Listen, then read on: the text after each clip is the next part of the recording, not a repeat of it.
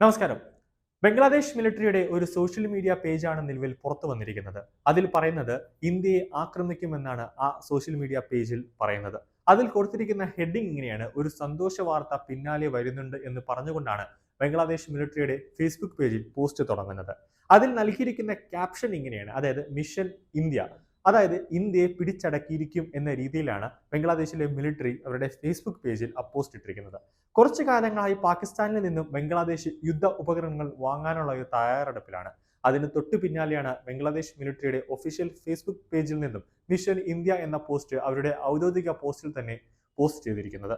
Bangladesh മിലിറ്ററിയുടെ Facebook പോസ്റ്റിൽ പ്രതികരണവുമായി ബംഗ്ലാദേശിലെ ജനങ്ങൾ തന്നെ രംഗത്തെത്തിയിരിക്കുകയാണ്. അതായത് അവർ പറയുന്നത്, ബംഗ്ലാദേശിലെ പൗരന്മാർ ബംഗ്ലാദേശിലെ പട്ടാളത്തോട്, മിലിറ്ററിയോട് പറയുന്നത് ഇങ്ങനെയാണ്: ആക്രമണത്തിൽ മുതിർന്ന ഓടി ഒളിക്കാനോ അതായത് ഓടി രക്ഷപ്പെടാനോ പ്രതിരോധിക്കാനോ ഉള്ള സമയം പോലും ഇന്ത്യ തരില്ല.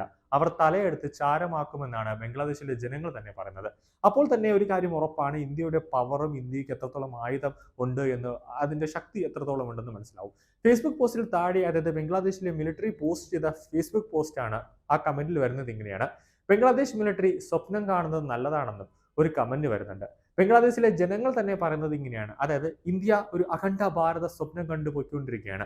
അവരെ നമ്മൾ ആക്രമിച്ചാൽ അത് ഇന്ത്യക്ക് ഒരു അവസരമായി കരുതി ഇന്ത്യ തിരിച്ചൊരു സർജിക്കൽ സ്ട്രൈക്ക് നടത്തുകയും അതോടൊപ്പം തന്നെ ഇന്ത്യ ബംഗ്ലാദേശിനെ അവരുടെ ഭാഗമാക്കുകയും അതിനുശേഷം ഇന്ത്യ അവിടെ ഒരു കേന്ദ്ര ഭരണമായി നടപ്പിലാക്കുകയും അതിനെ ഒരു കേന്ദ്രഭരണ പ്രദേശമായി പ്രഖ്യാപിക്കുകയും ചെയ്യുമെന്ന് ബംഗ്ലാദേശിലെ ജനങ്ങൾ തന്നെ പറയുന്നുണ്ട്.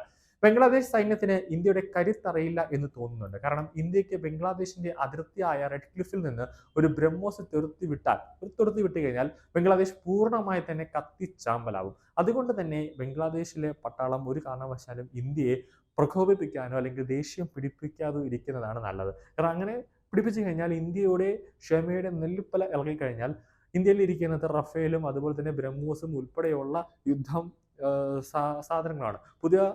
പുതിയ തോതിലുള്ള സാങ്കേതികം ഇന്ത്യയുടെ കയ്യിൽ തന്നെയുണ്ട്. അതുകൊണ്ട് തന്നെ അവർക്ക് ഒരു മടിയും ഉണ്ടാവില്ല. അവരാരുടെയും അനുവാദം, ബംഗ്ലാദേശിന്റെ പ്രധാനമന്ത്രിയുടെ അനുവാദം പോലും അവർ ചോദിക്കാൻ നിൽക്കത്തില്ല. അതിർത്തി കടന്ന് കയറി വന്ന് എല്ലാത്തിനെയും അവർ വെടിവെച്ച് കൊന്ന് കത്തിച്ചാമ്പലാക്കുന്ന രീതിയിലേക്ക് കാര്യങ്ങളെത്തും. ഒരു ഉദാഹരണമാണ് പാകിസ്ഥാനിൽ ഇന്ത്യ നടത്തിയ സർജിക്കൽ സ്ട്രൈക്ക്. അതുകൊണ്ട് തന്നെ അങ്ങനത്തെ ഒരു യുദ്ധത്തിലേക്ക് കാര്യങ്ങൾ നീങ്ങണ്ട എങ്കിൽ ബംഗ്ലാദേശിന്റെ സൈന്യം വാ അടച്ച് മിണ്ടാതിരിക്കുന്നതാണ് നല്ലത്.